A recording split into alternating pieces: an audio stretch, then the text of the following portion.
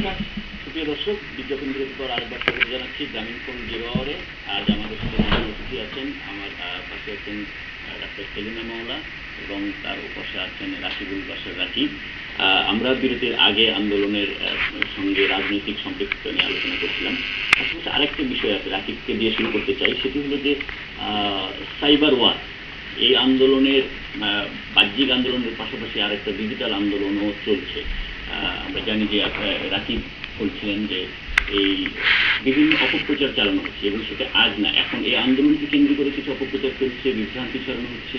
এছাড়া মুক্তিযুদ্ধের চেতনা বিরোধীও কিছু অপপ্রচার অনলাইন অ্যাক্টিভিস্ট হিসেবে আপনারা দীর্ঘদিন থেকে মোকাবেলা করছেন, সেটি কীরকম?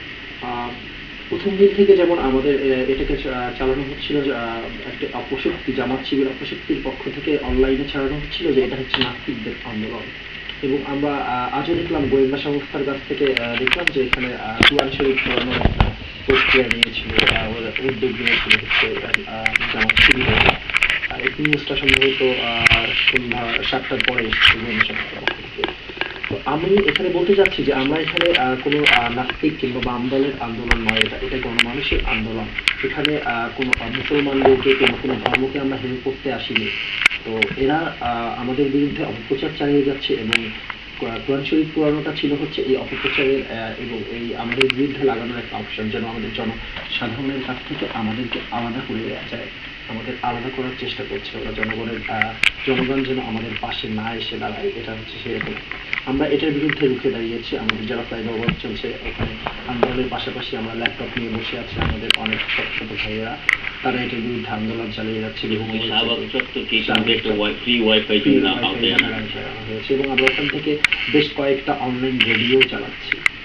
আচ্ছা, না, অনলাইনে যেসব অপপ্রচার চলছে দেশ চেতনা বিরোধী, বিশেষ করে মুক্তিযুদ্ধের চেতনা বিরোধী, সেগুলো তো অনেক আগে থেকেই চলছে। এই জাগরণকে কেন্দ্র করে হয়তো সে তৎপরতা আরো বেড়ে গেছে। এইটাকে কিভাবে মোকাবেলা করার, ব্লগার হিসেবে, অনলাইন অ্যাক্টিভিস্ট হিসেবে?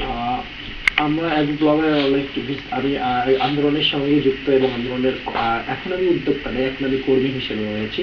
আন্দোলনের কর্মী হিসেবে স্লোগানের পাশাপাশি আমি ল্যাপটপ নিয়ে বসে আছি। এখন দেখছি যে কোনো অপপ্রচার চালানো হচ্ছে, সেটার বিরুদ্ধে প্রমাণ সহ আমরা প্রমাণ সাপেক্ষে যুক্তি দিয়ে আমরা ওটাকে লড়ে যাচ্ছি।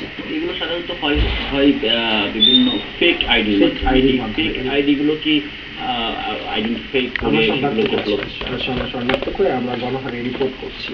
আমরা যারা বসে আছি ওখানে, আমরা একটা ওয়ার্ডের জন্য বসে আছি, আমরা রিপোর্ট করছি সেগুলো বন্ধ হয়ে যাচ্ছে। ডাক্তার সেলিনা মওলা, আপনি যেটি বলছিল যে এখানে শাহবাগকে কেন্দ্র করে এক ধরনের ষড়যন্ত্র চলছে এবং এখানে বিভিন্ন ধরনের ঘটনা ঘটানোর একটা চক্রান্ত আছে, সেটি কিভাবে, সেটি এবং নিরাপত্তা, সে বিষয়ে সংগঠন হিসেবে, উদ্যোগ হিসেবে আপনারা সেটিকে কিভাবে মোকাবিলা করেন? আমি আবারও বলে নিচ্ছি যে সংগঠক হিসেবে আসলে কতটা দাবিদার আমি করতে পারবো না। নিচ্ছর, তারপরে ইমরান, এরকম ওরা। তো এখানে ব্যাপারটা হয়েছে যে নিরাপত্তা যে ব্যাপারটা আপনারা জানেন, চারিদিকে সিসিটিভি, ওখানে অনেক অনেক ধরনের প্রোটেকশন রয়েছে, ওগুলো চলছে। আর সাইবার ওয়ার যেটা, সেটা ল্যাপটপ নিয়ে ছেলে মেয়েরা ওখানেই বসে গেছে এবং সেটা ওখানে চলছে। এবং যারা অসুস্থতার কারণে আসতে পারছে না কিংবা কোনো কারণে আসতে পারছে না, তারা ঘরে বসেই সেটা করছে। আমাদের সাথে বিদেশি, আমাদের প্রবাসী যে বন্ধুরা আছে, তারা সেখান থেকে সেটা করছে। দুজনের কাছে শেষ প্রশ্ন, শেষ 1 মিনিটের মধ্যে, সেটি হলো যে এই আন্দোলন আজ 9ম দিন পার করলো। আগামীকাল পর্যন্ত একটি কর্মসূচি আছে সন্ধ্যা 7টায় সারা দেশে মোমবাতি প্রজ্বলন থাকবে সঙ্গে। এরপর কি মানুষের কাছে কিন্তু এখন একটা বড় প্রশ্ন জানতে চাই যে এরপর কি, এটা কি চলতে থাকবে কতদিন, কি? আমরা যতদিন না পর্যন্ত আমাদের দাবি আদায় হচ্ছে, সকল যুদ্ধাপরাধীদের পাশে রায় পাচ্ছি, আমরা ততদিন পর্যন্ত আমাদের আন্দোলনকে আমরা চালিয়ে নিয়ে যাওয়ার পরিকল্পনা রয়েছে এবং আমরা চালিয়ে নিয়ে যাবো আশা করছি। এবং জনগণ আমাদের সাথে রয়েছে, জনগণের প্রাণের দাবি এটা, এবং জনগণের প্রাণের দাবিকে আমরা কখনোই উপেক্ষা করতে পারবো না। একটা ব্যাপার এখানে বোঝার আছে, একটা গণজাগরণ হয়েছে। তো এখন কিন্তু জনগণের আকাঙ্ক্ষাই আমাদের আকাঙ্ক্ষা। আমরা আর জনগণ কিন্তু আর দুই না, আমরা এখন এক হয়ে গেছি। জনগণই বলে দিবে যে কতদিন আমরা রাস্তায় থাকবো।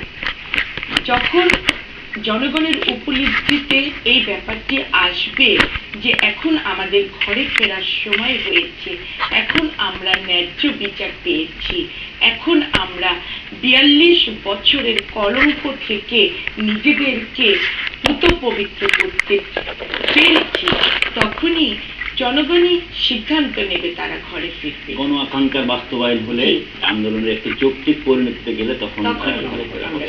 ধন্যবাদ ডাক্তার সেলিনা মাওলা, ধন্যবাদ রাকিবুল বাশার রাকিব আমাদেরকে সময় দেওয়ার জন্য। সুপ্রিয় দর্শক মণ্ডলী, আপনাদের খুব ধন্যবাদ এতক্ষণ আমাদের সঙ্গে থাকার জন্য। আগামীকাল একই সময় আবার দেখা হবে, সে পর্যন্ত সবাই অনেক ভালো থাকুন। শুভরাত্রি।